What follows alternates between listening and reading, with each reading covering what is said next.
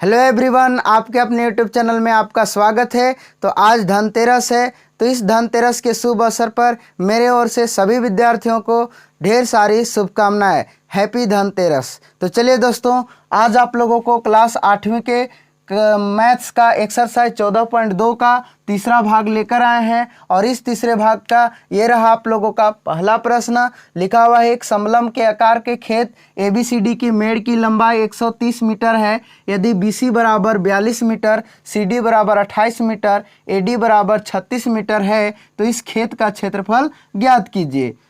जो भुजा दिया है, भुजा AB समांतर भुजाओं AD तथा BC पर लंब है। यहाँ पर क्या है? लंब, यानी 90 डिग्री का कोण बन रहा है। ठीक है, तो चलिए इस प्रश्न को फिर दोबारा आप लोगों को बताते हैं कि एक समलंब का आकार का खेत है जो ABCD इस तरह से दिया गया है, जिसकी पूरे परिमाप 130 मीटर दिया है, यानी मेड़ की लंबाई, जहाँ पर BC बराबर क्या है? 42 मीटर और CD बराबर है 28 मीटर और AD बराबर 36 मीटर है। तो इस समलंब आकार के खेत का क्या करना है? क्षेत्रफल ज्ञात करना है। तो समलंब के आकार का क्षेत्रफल ज्ञात करने के लिए हम लोगों को चाहिए AB।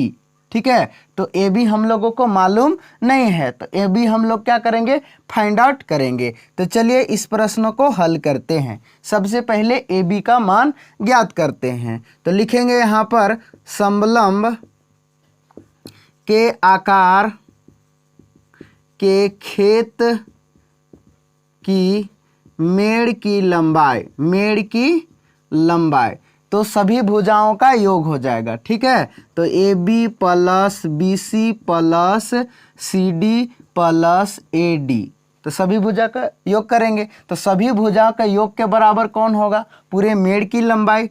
ठीक है, तो 130 मीटर बराबर AB हम लोगों को फाइंड आउट करना है। BC दिया है कितना? 42, CD दिया है 28 मीटर और AD दिया है 36 मीटर। तो AB हम लोगों को फाइंड आउट करना है, AB ज्ञात करना है। तो क्या करेंगे? AB प्लस A सभी को ऐड करेंगे, यानी जोड़ेंगे। 42, 28, 36। ठीक है ना, तो 42, 28, 36 जोड़ेंगे तो कितना हो जाएगा? 106। तो 106 किधर की ओर है? RHS तरफ। ठीक है ना, RHS तरफ यानी दायां साइड में। तो अगर बायां साइड में LHS तरफ लाइएगा तो माइनस में हो जाएगा। तो यहाँ पर इस तरह से डायरेक्ट बताते हैं, 130 माइनस 106। ठीक है, तो AB बराबर 130 में से 106 सब्सट्रैक्ट करेंगे, यानी घटाएंगे, तो कितना हो जाएगा? 24 मीटर। तो अब हम लोगों को 24 मीटर पता हो गया, यानी ऊंचाई हम लोग को पता हो गया। तो अब क्या कर सकते हैं? इस समलंब आकार के खेत का क्षेत्रफल ज्ञात कर सकते हैं। तो चलिए निकालते हैं क्षेत्रफल। तो लिखेंगे समलंब के आकार के खेत की क्षेत्रफल बराबर, तो समलंब का क्षेत्रफल क्या होता है? 1/2 इंटू समांतर भुजाओं का योग, यानी A प्लस B इंटू ऊंचाई। ठीक है, तो जो ऊंचाई अभी क्या आया? यहाँ पर AB आया। ठीक है, तो 1/2 A प्लस B, तो ये क्या हो जाएगा? समांतर भुजा का योग होगा। ठीक है ना, तो 36 प्लस 42 इस तरह से जोड़ देंगे, गुने ऊंचाई कितना आया है? 24। 2 से डिवाइड करेंगे तो 12 दूना 24 इस तरह से हो जाएगा। तो 36 प्लस 42 ऐड करेंगे तो कितना हो जाएगा? 78 गुने 12। तो 78 से 12 में गुना करेंगे तो कितना हो जाएगा?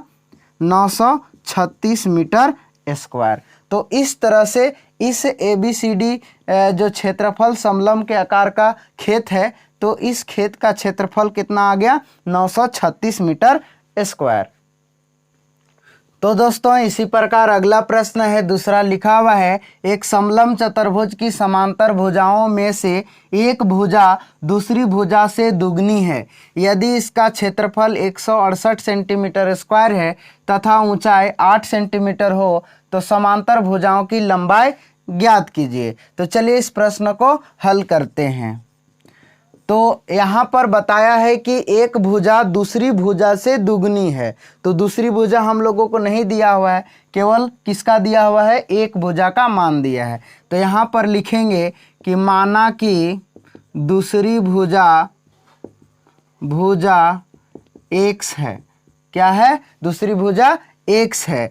तो एक भुजा कितना हो जाएगा? तो प्रश्न में कहा है कि एक भुजा दूसरी भुजा से दुगुनी है, तो कितना हो जाएगा? दूसरी से दुगुना, तो दो गुना कर दिए। ठीक है।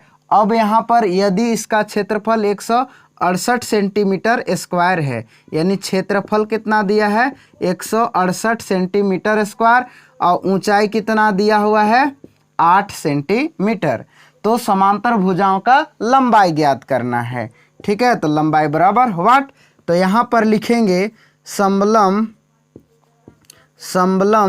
चतुर्भुज का क्षेत्रफल बराबर, समलम चतुर्भुज का क्षेत्रफल बराबर क्या होता है? 1/2 गुने समांतर भुजाओं का योग, यानी a + b इंटू ऊंचाई। तो h यहाँ पर लिखेंगे। तो क्षेत्रफल कितना दिया है? 168। ठीक है। तो 1/2 गुने a + b, तो यहाँ पर a कितना है? 2x + x यहाँ पर है। ठीक है। इंटू ऊंचाई कितना है? 8। तो 2 एकम 2, 2 चौके 8, यानी 2 से डिवाइड हो गया।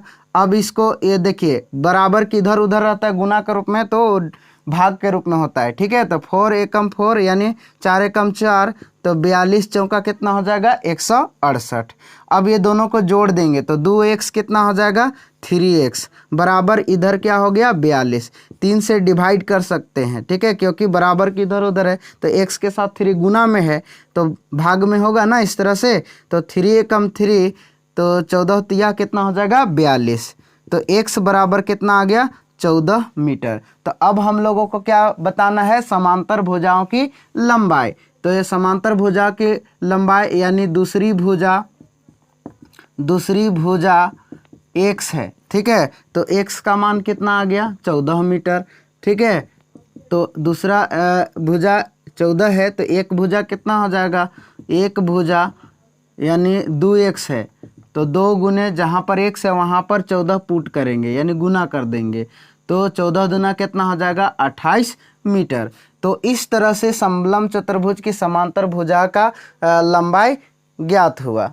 ठीक है। तो बस इतना ही। फिर इसी तरह से आप लोगों को नए वीडियो लेकर आएंगे। अगर ये वीडियो आप लोगों को अच्छा लगे तो ज़रूर लाइक कीजिए और अपने दोस्तों के पास शेयर कीजिए। धन्यवाद।